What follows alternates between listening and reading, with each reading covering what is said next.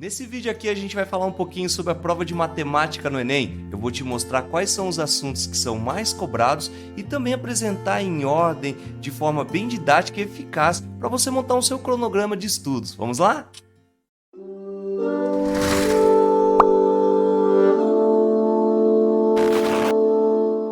Olá, eu sou o professor Gustavo e estou aqui para te ajudar a organizar todo o estudo de matemática para a prova do Enem que está vindo aí. Eu vou até, inclusive, responder algumas dúvidas frequentes aí que alguns alunos fazem para mim, às vezes, na aula, né? E eu vou esclarecer algumas aqui, ó. Como, por exemplo, a galera me pergunta se deve estudar matemática para o Enem.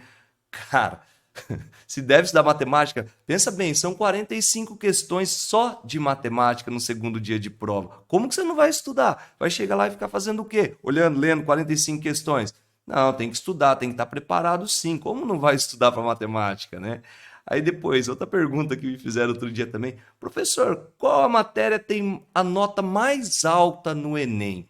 Bom, é lógico que depende muito de como você desenvolve ali na hora da prova, porque são tantas questões, né? Você tem no primeiro dia 90 questões, depois no segundo dia mais 90.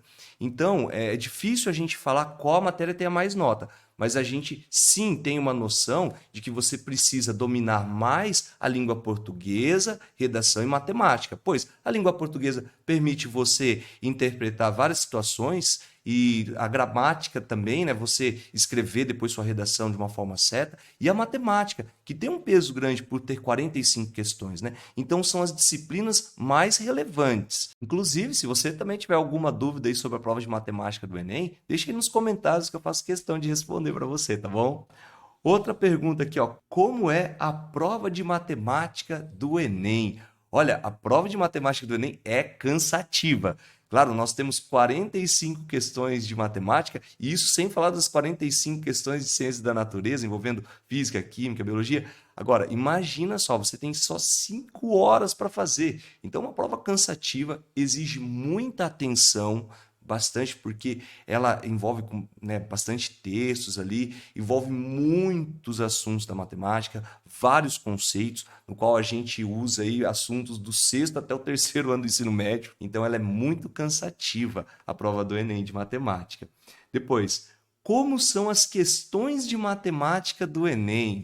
Bom, as questões de matemática do Enem, elas tendem a ter um texto, né, no começo, onde envolve-se ali uma história que precisa ser lida, pois muitas vezes a gente lê e não serve para nada, é verdade, concordo, tá? Mas às vezes aquele textão, aquela historinha que ele traz no começo, traz as informações relevantes para você resolver o exercício, ou às vezes traz até a dica de como você tem que fazer para resolver o exercício, que a gente chama de comando, né? Ele vai pedindo para você fazer ali passo a passo até chegar na resolução final daquela situação. Então, as questões do Enem, elas são extensas às vezes e a gente tem que fazer com bastante cuidado, interpretando toda a história, pegando, coletando aqueles dados, aquelas informações e traduzindo para a linguagem matemática, para os conceitos matemáticos. E aí vai envolver funções, geometria espacial, porcentagem, probabilidade. Aí a gente tem que ficar conectado com isso. Inclusive, eu vou deixar um link aqui abaixo para você fazer o download de uma lista de exercícios que nós preparamos aqui para você, com 240 exercícios, com resolução, para você já ir aí se familiarizando com esses exercícios, tá bom? O que mais? O que cai na prova de matemática do Enem? Bom, na prova de matemática vai cair assuntos do sexto até o terceiro ano do ensino médio. Praticamente todos os assuntos que você estudou ao longo aí desses anos, existe a possibilidade de encontrar na hora da prova. Porém, os assuntos mais complexos, os assuntos mais difíceis que a gente estuda, né, vamos dizer assim, mais aprofundado, não cai na prova. Pelo menos até hoje não apareceu, né? Como, por exemplo, quando a gente fala de números complexos, transformar um número complexo na sua forma trigonométrica. Isso nunca aconteceu na prova do Enem. O Enem tem uma tendência a escolher exercícios de assuntos que a gente consegue envolver mais na prática, mais no nosso cotidiano, e assuntos mais elementares da matemática. Então, o que cai na prova de matemática são assuntos mais relevantes para o nosso dia a dia, para o nosso cotidiano. Tá? Então, tudo que você consegue fazer uma aplicação aparece na prova, tá legal? Depois, outra pergunta aqui. Devo estudar todos os assuntos de matemática para o Enem? Não, não. Você tem que estudar com estratégia, tá? Você tem que estudar o que mais cai na prova. Então, a gente tem, lógico, resolvendo provas anteriores, como perceber quais são os assuntos mais relevantes. E eu separei aqui para você, de uma forma bem eficaz, um passo a passo, um cronograma do que você tem que estudar para essa prova. Vamos lá? Ó, para começar, é fundamental que você saiba os conceitos de matemática básica. Ou seja, você precisa dominar muito as 4 operações básicas: adição, subtração, multiplicação e divisão, inclusive com os números decimais. Dominar muito bem adição, subtração, multiplicação e divisão com frações. Sim, essas operações envolvendo frações, elas são muito cobradas na prova do Enem, tá bom? Você precisa também ter algum domínio ali sobre potenciação e radiciação, é essencial também, né? Manipular aquelas propriedades, porque muitas vezes a gente precisa não de resolver um exercício específico de radiciação, mas aplicar uma propriedade. Então, essa parte básica da matemática, repito, as 4 operações básicas envolvendo os números, números inteiros, números decimais e números fracionários, e as propriedades de potenciação e radiciação são essenciais, tá? Outro lance também que é importante a gente saber, principalmente às vezes que a gente precisa finalizar o exercício, são os processos de fatoração. Fator comum é muito utilizado às vezes para você simplificar uma fração. Tá? Você precisa às vezes desenvolver um quadrado perfeito, uma diferença entre quadrados. Então esses assuntos básicos, elementares, você precisa ter na ponta da língua, para depois você partir para uns assuntos mais essenciais, como por exemplo, e eu vou colocar aqui esses tópicos para você seguir, tá bom? No caso, é importante você estudar as equações, grandezas proporcionais, geometria plana, geometria espacial, funções, estatística e probabilidade.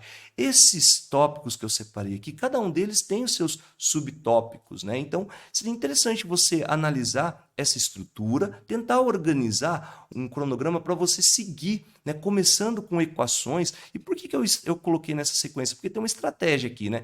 Quando você chegar lá em funções, bem provável que você vai ter que organizar um exercício, estruturar todo ele por meio de uma equação, né? Seja do primeiro grau ou função do segundo grau, uma equação do segundo grau. Então, você vai precisar desses conceitos iniciais. Lá em funções, você vai precisar, muitas vezes, analisar alguma razão. Então, vai estar lá em grandezas proporcionais. Então, organizando nessa estrutura, você vai ter uma ordem didática para montar o seu cronograma, tá bom? Então, equações. O que estudar em equações? Bom, equação do primeiro grau, equação de segundo grau e sistema de equações, né? Isso é clássico, tem que saber para dar continuidade aí nos próximos tópicos. Dominando isso, você parte então para grandezas proporcionais. O que estudar de grandezas proporcionais? Razão e proporção, aquelas razões especiais, tipo escala. É importante saber velocidade média, também é bom dominar, porque às vezes cai muito em exercício de regra de 3. Saber manipular razão e proporção. Porcentagem é clássico, tem que saber. Tá? Porcentagem você tem que saber manipular. Aumento e desconto percentual. Resolver exercício de regra de 3. Fica bem atento, né, aos detalhes de como que a gente resolve quando a grandeza é inversamente proporcional, diretamente proporcional. Inclusive, vou deixar um card aqui de uma live que a gente fez tempos atrás mostrando todos esses detalhes como de resolver uma regra de 3, beleza? Depois, geometria plana. Né, estudar os fundamentos da trigonometria, mas os fundamentos mais básicos, como teorema de Pitágoras, as razões trigonométricas, que servem como ferramenta para a gente resolver exercícios de cálculo de área de figuras planas. Então, aqui a área de figuras planas envolvendo aí, no caso, os quadriláteros, triângulo, hexágono, tá? Importantíssimo. Estudar também algumas relações de polígonos regulares, é importante. Saber fórmulas envolvendo circunferência e círculo e alguns termos, como por exemplo corda, diâmetro, tem que saber. E também dominar sobre as diferenças entre os quadriláteros notáveis, né? Quando a gente fala de um retângulo, de um paralelogramo, de um quadrado, de um trapézio, saber suas definições, seus conceitos e suas propriedades. Também dominar a geometria espacial, no caso, identificar muito bem os prismas, né, no cálculo de volume desses caras. Nos prismas eu destaco aí o cubo e o paralelepípedo. Também, né, dominar cálculo de volume de pirâmides, de cilindros e de cones. Em destaque aqui, quando a gente fala de cones e pirâmides, trabalhar também com o tronco desses caras. É importante também, bem relevante para a prova do Enem. Tá bom? Tem caído alguns exercícios aí cobrando o tronco da pirâmide e do cone, que é quando arranca a pontinha deles. Aí o que sobra, né, é um tronco. E funções, né? Nossa, tem que dominar gráficos de funções, né, comportamentos gráficos dessas funções, dominar a função do primeiro grau, função do segundo grau. É importante para se destacar na prova função exponencial e função logarítmica. Aqui, digamos assim, você dá um passinho a mais à frente de muita gente que deixa isso de lado, e às vezes um exercício faz muita diferença. Dominar a estatística é essencial, interpretação de gráfico e tabela, os 3 M's, né? Média, mediana e moda, é importantíssimo você também dominar, porque sempre aparece na prova, na verdade. Sempre tem um exercício de média, mediana e moda. Todo Enem, desde 2009, sempre apareceu um exercício desse. Tá? Então você tem que dominar, tem que saber fazer exercício desse tipo. E probabilidade, que você precisa dominar os conceitos básicos de probabilidade, união de eventos e interseção de eventos calculados por meio de probabilidade. Isso aqui é essencial. É claro que nós vamos ter mais conteúdos que podem ser cobrados, mas aqui eu deixei para você um esquema que eu garanto que você vai conseguir fazer mais de 80% dessa prova se você dominar esses assuntos. Então, esses conteúdos organizados dessa forma vai te ajudar bastante num cronograma aí para se preparar para a prova que está por vir. Outra pergunta que a galera faz aqui, né? O que estudar em matemática para o Enem quando eu estiver próximo da prova?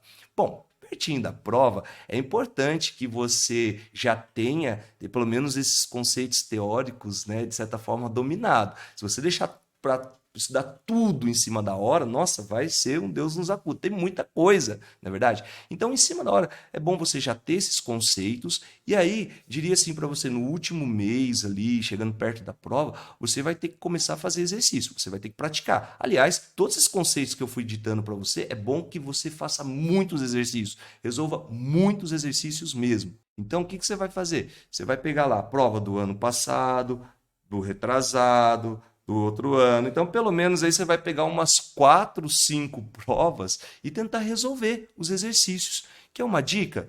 Tenta cronometrar o tempo. Né? Não fica fazendo ali, numa boa, como se estivesse na praia curtindo. Não, não, não. Tenta cronometrar. Põe lá o time que você tem da prova e começa a resolver as questões de forma bem ágil, para você também já ir se familiarizando com o tempo que você vai sentir na hora da prova, essa pressão, hein? Então já vai se preparando, beleza? E se você acha que essas dicas vão te ajudar, se inscreva no nosso canal, né? Deixe o sininho ativado para você sempre receber as notificações das nossas lives, das nossas dicas que a gente sempre está postando aqui. Bom, a gente tem essa vontade de ajudar você a se preparar para a prova e você pode também ajudar, né, com a sua inscrição no nosso canal, com o seu joinha, ajudar mais galera a se preparar para a prova de matemática, para o Enem, beleza? Então conto com sua participação, clica aí, se inscreve, beleza? Muito obrigado, bons estudos e até mais!